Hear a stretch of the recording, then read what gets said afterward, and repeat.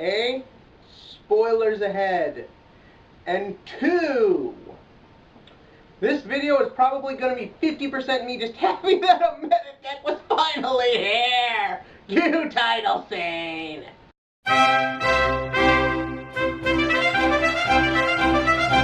Duel 1 of generic bad guy dual school versus generic good guy dual school has finally happened.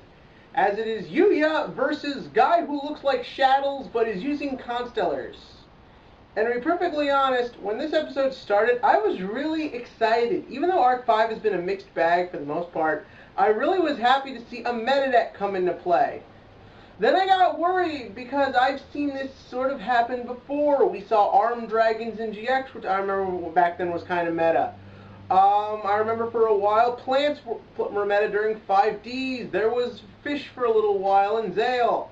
But it usually wound up getting mocked up because they just had to put in more cards they wanted to sell and promote. And I understand that, but yeah, it always spoiled it, getting to see this crap that I have to put up with every week at my local. But the thing is that in this episode, it was done perfectly. It was the usual generic Constellar plays. Just go into Pallades fast, use M7 when one's gone, and just wreck the place with Sombre. It was freaking perfect. It was so fun to see something that actual Yu-Gi-Oh players be used in the show that got us all into Yu-Gi-Oh.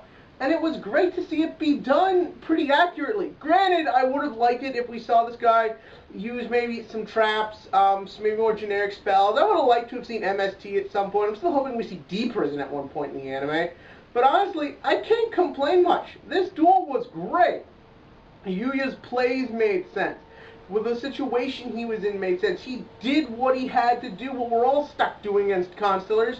Just freaking trying to get rid of Pallades overlay units. And then, when he summoned the second Pallades, I thought, they're not going to show M7. Are they going to show M7? Is it possible? They're going to show M7 and they went M7! It was perfect! The whole duel felt like, again, obviously 4,000 life points, stuff like that, felt like it could have happened in real life. And I even love the way they used action cards in this episode. For the most part, I think action duels are stupid, but to see them be actually used in logical plays was absolutely perfect. To show how you can strategize around them, to show that there's a time limit to how long your turn can go. All of that was great to watch. It was fun implementing. I loved seeing the concept of action duels be implemented with how you could use it in the real world, with the way the metagame works. And again, who doesn't love seeing Constellars get taken down after you get 3-0'd with them 3 rounds in a row? But that's an argument for another day. Other big thing I really loved this episode. I really like what they're doing with Yuzu's subplot here. I like the idea that throughout the duel she's going back and forth in her head. Is it really Yugioh? Is it not Yugioh? And I love how we never see her make a definitive answer. With each scene that passes with her, we see it go back and forth again. And we see how in her head it does make sense that this is Yugioh. Obviously we know it's not. But the thing is that it was great to see that. I love the fact that there was no dialogue.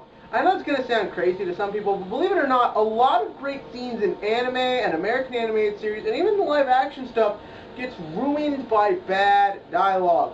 Isn't that right? Sword Art Online? But that's beyond the point. The thing is that by not showing the dialogue, it allows for us to imagine what the words are in her head for us. And because this is a situation that is easy to follow and easy for the average viewer to understand, it stays more logical and we're allowed to connect with the character better. This is what's been missing with this character, the ability to actually connect and understand her. With these past couple of episodes, it was just so great to see her come into her own and be someone who is connectable and identifiable, especially when Yugioh's kind of slumming it a little personality-wise. It is still very generic and mostly exposition-based, but I do like where things are going, and this is a good sign.